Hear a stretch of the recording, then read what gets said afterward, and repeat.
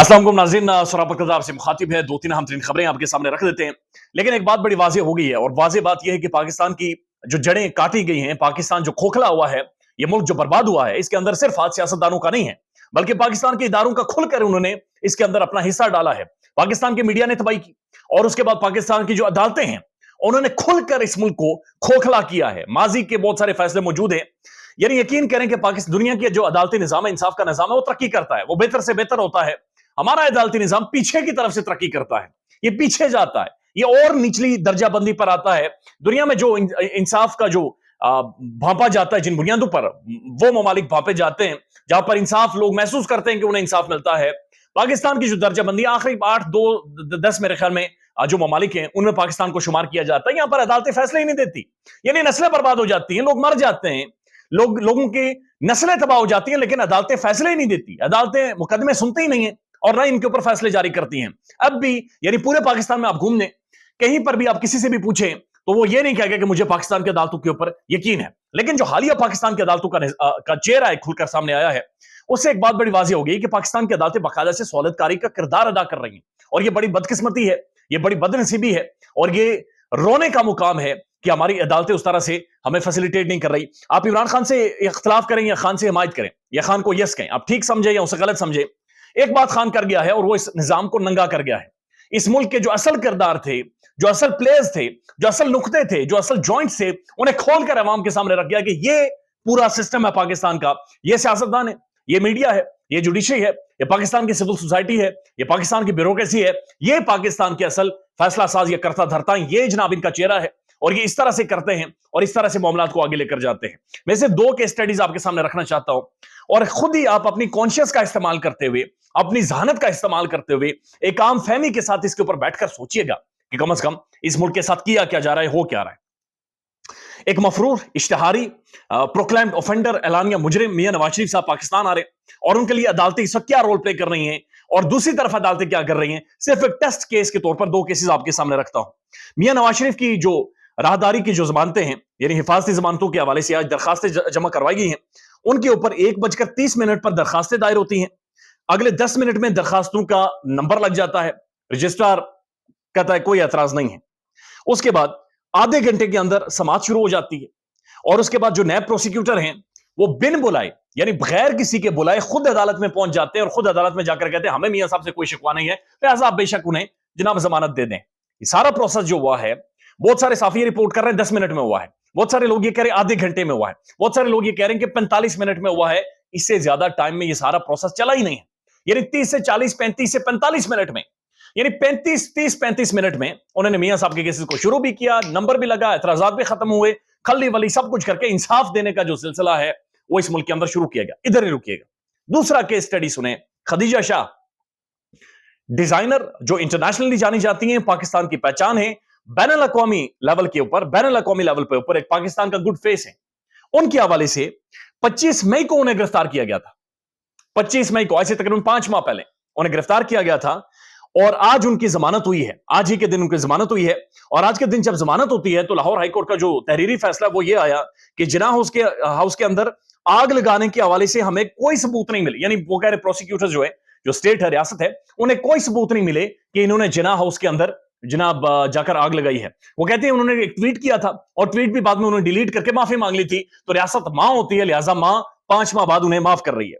उसके बाद वो कहते हैं कि 25 मई से गिरफ्तार हैं और अभी तक इनका ट्रायल शुरू ही नहीं हुआ।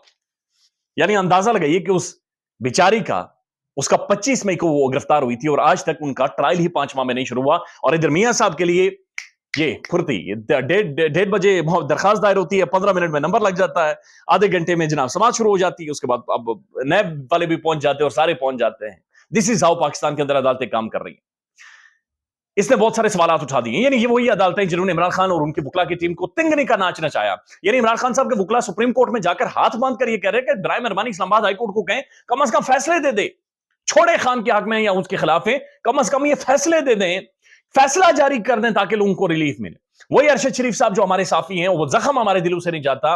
उस बंदे ने चीफ जस्टिस ऑफ पाकिस्तान को खतूत लिखे, लेटर्स लिखे, अपना सर पीटता रहा। मैं खुद इस्लामाबाद हाईकोर्ट से रिपोर्टिंग करता था, रोजाना सुबह 8 बजे वो बंदा इस्लामाबाद हाईकोर्ट में मौजूद होता, रोजाना वो सुप्रीम कोर्ट को लेटर लिख रहा है, वो चीखता रहा, चिल्लाता रहा कि जनाब मुझे खतरा है, مجھے خطرہ ہے, مجھے بتائیں, مجھے بچائیں, مجھے انصاف دیں.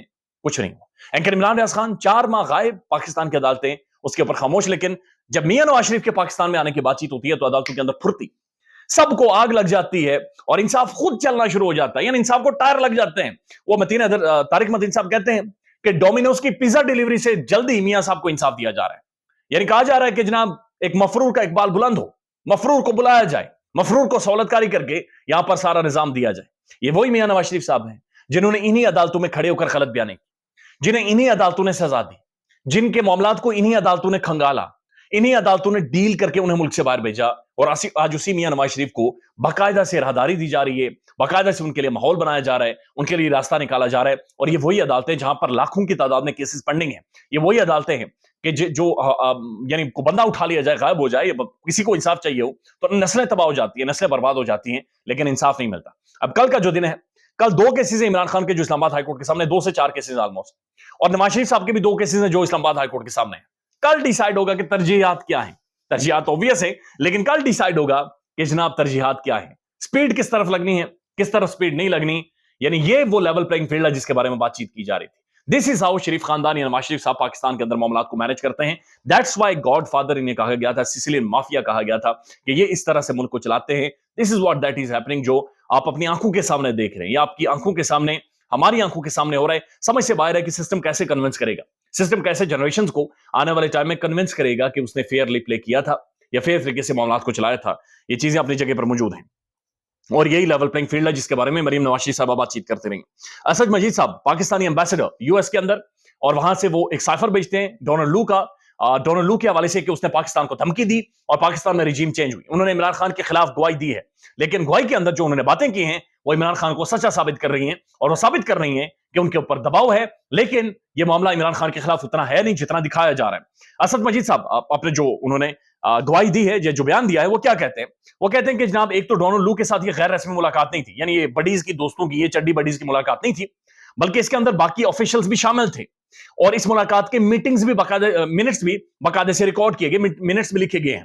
یعنی منٹس بھی لکھنے کا مطلب یہ ہے, باقی لوگوں کی موجودگی کا مطلب یہ ہے کہ میٹنگز پہلے سے طے تھی, اور یہ ایک آفیشیل میٹنگ تھی. پاکستانی ایمبیسڈر اور یو ایس کے انڈر سیکرٹری کی ایک ملاقات تھی واشنگٹن کے اندر, اور اس ملاقات کے اندر جو گفتگو ہوئی ہے وہ دونوں ریاستوں کے درمیان گفتگو ہوئی ہے. اس کے بعد وہ کہتے ہیں کہ جناب ٹھیک ہے, وہ کہتے ہیں کہ اس جو یہ ساری گفتگو تھی یا جو سائفر انہوں نے بھیجا تھا, اس کے اندر تھریٹ یا کانسپیریسی کا لفظ شامل نہیں تھا. ظاہر لفظ شامل نہیں ہونا تھا, انہوں نے تو ایگزیکٹ الفاظ کو کوٹ کیا تھا کہ ڈونلڈ لو یہ کہہ رہا ہے, تو یہ تو نہیں لکھ سکتے تھے کہ ڈونلڈ لو نے دھمکی دی ہے, یا ڈونلڈ لو یہ تو نہیں کہہ سکتا میں دھمکی دے رہا ہوں کہ خان کو نکالیں, میں تھریٹ دے رہا ہوں, میں سازش کر رہا ہوں کہ خان کو نکالیں.